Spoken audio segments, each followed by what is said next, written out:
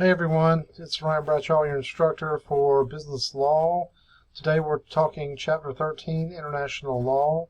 This is meant to be just a brief introduction to the reading, not meant to replace the reading, because it's important that you read and internalize this information to get some good value out of this course so that you are able to remember some stuff once you leave. So the chapter on international law just talks about briefly how we operate with respect to international law. And so international law relates to the policies and procedures that govern relationships amongst nation or among nations. These are crucial for businesses for multiple reasons. First, there's not a single authoritative legislative source for global business affairs, nor a single world court responsible for interpreting international law. There's also not a global executive branch that enforces international law, which leaves global business affairs particularly vulnerable. So it takes a certain degree of business intelligence to be able to navigate the international law waters, because you think, I've been listening to a lot of talks from a guy named Michael Saylor lately. He owns, or is the founder of a company called MicroStrategy. And with that company, they operate something like 19 countries, and they operate in like 15 different currencies. And so in order to do that effectively, they have to have somebody that's versed in international law and understand the ins and outs of each of these things. And so with regards to the U.S. Constitution clauses, or constitutional clauses, the Foreign Commerce Clause enables Congress to regulate commerce with foreign nations. This clause permits U.S. businesses to actively negotiate and implement taxes or other regulations as they relate to international commerce. However, businesses cannot unduly burden foreign commerce.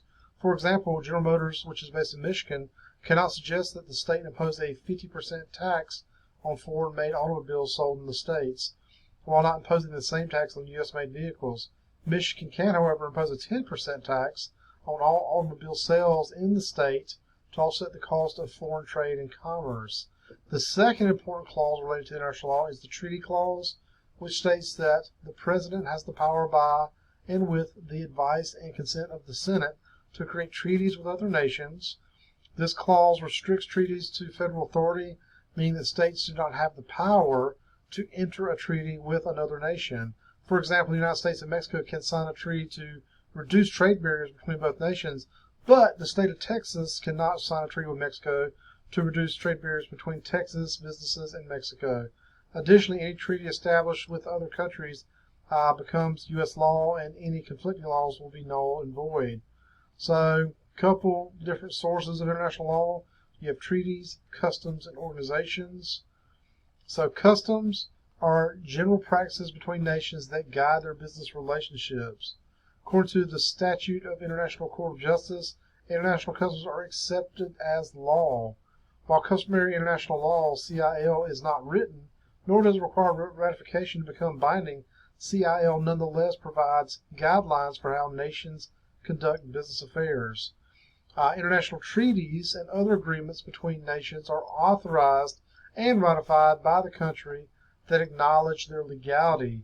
There are two different types of agreements: bilateral, which is formed by two nations; multilateral, which is formed by several nations. Example, the Peru-United States Trade Promotion Agreement is an example of a bilateral agreement. It was signed in 2006, ratified by Peru the same year, and ratified by the United States in 2007. This bilateral agreement is considered beneficial to the United States because it improves access to Peruvian goods while promoting security and democracy in the South American country. The NAFTA, North American Free Trade Agreement, is an example of a multilateral agreement. It was ratified in 1994 when Mexico joined the previous trade agreement between the United States and Canada. In September 2018, the Trump administration successfully completed renegotiations with Mexico and Canada that lasted over 1 year. Among other aims, these negotiations worked to increase auto industry wages for workers in Mexico and modified pharmaceutical regulations with Canada. And then lastly, we have international organizations. International organizations are comprised of officials who represent member nations that have established a treaty to oversee shared interests, including trade and commerce. The U.S. participates in more than 120 bilateral and multilateral organizations around the world. International organizations adopt resolutions that standardize behavior and create uniform rules related to trade and commerce. The two most significant international organizations are the United Nations and the European Union. The UN was created as a multilateral treaty in 1945. The UN's organizational goals include maintaining global peace and security, promoting economic and social cooperation, and protecting human rights, especially related to women and children. The UN General Assembly includes representatives from each member nation. As of 2018, the UN acknowledges 195 sovereign states, with all but 2 participating as full members. These 2, Palestine and the Vatican City, are classified as observer states. 6 additional countries are not UN members, but recognized as a country by at least one UN member country. I'm going to butcher this name. Abkhazia, Kosovo, Northern Cyprus, South Ossetia, Taiwan, and Western Sahara. The UN Security Council includes 5 permanent members and 10 countries selected by the General Assembly to serve 2-year terms. The 5 countries that hold permanent memberships are China, France, Russia, the United Kingdom, and the United States. This council is primarily responsible for overseeing global peace and security measures. The World Bank is a UN organization financed by contributions from developed countries and headquartered in Washington, D.C. Its primary function includes providing money to developing countries to fund projects that relieve suffering, including building roads and dams, establishing hospitals, developing agriculture, and other humanitarian efforts. That other one is the European Union. It's a regional international organization that includes many countries in Europe. It was established to create peace across the region and promote economic, social, and cultural developments. As of 2018, there are 28 countries affiliated with the EU, although the United Kingdom has begun steps to withdraw its membership. I believe they did withdraw this year. Additionally, Macedonia is actively seeking a path toward EU membership. I'll say this, if you get time, go to YouTube and type in the Eurozone, I believe is the name of it. Let me look real quick. Really good video that explains it. The Eurozone explained. I'm just going to put Eurozone explained to see if it pops up. I think this was it. The European Union Explains. Really, really interesting. It's about 5 minutes.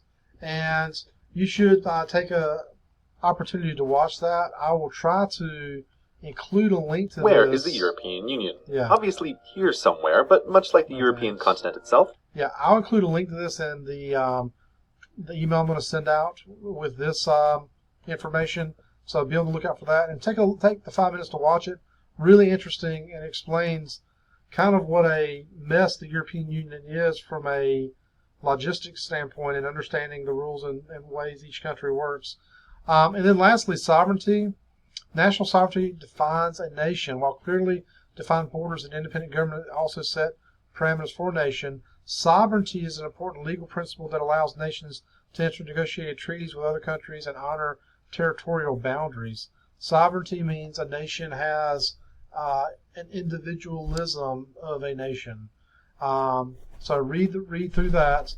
And then the last section here deals with sources of and practice of international law. So there's a lot of different sources and practices. Just going to go over these kind of briefly.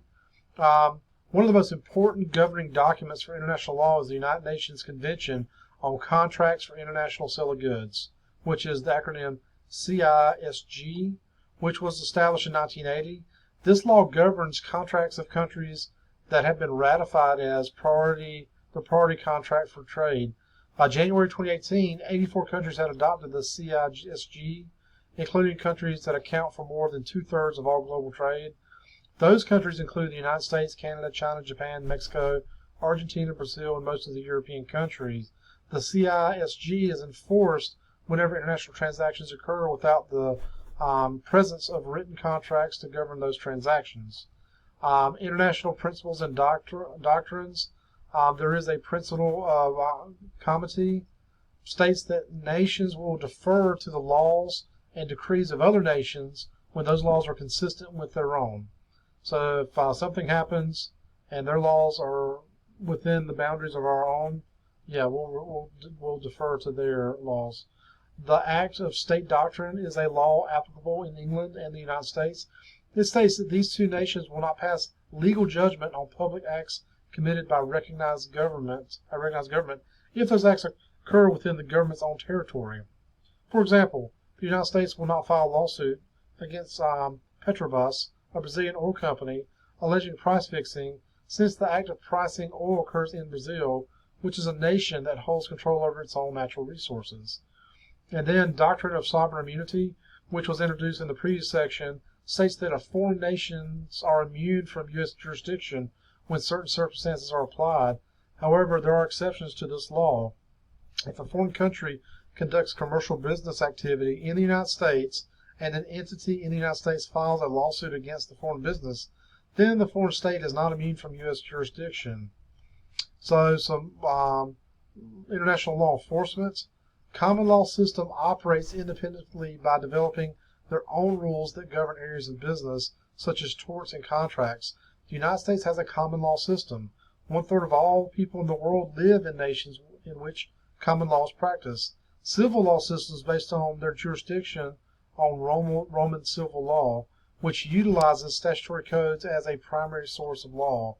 So here are some nation states that practice the common and civil law.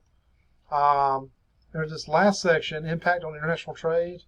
There are 3 international law enforcement methods that can radically impact trade: collective action, reciprocity, and shaming. Collective action occurs when businesses work collectively to strengthen their resources and achieve a shared goal. In February 2018, the UN Conference on Trade and Development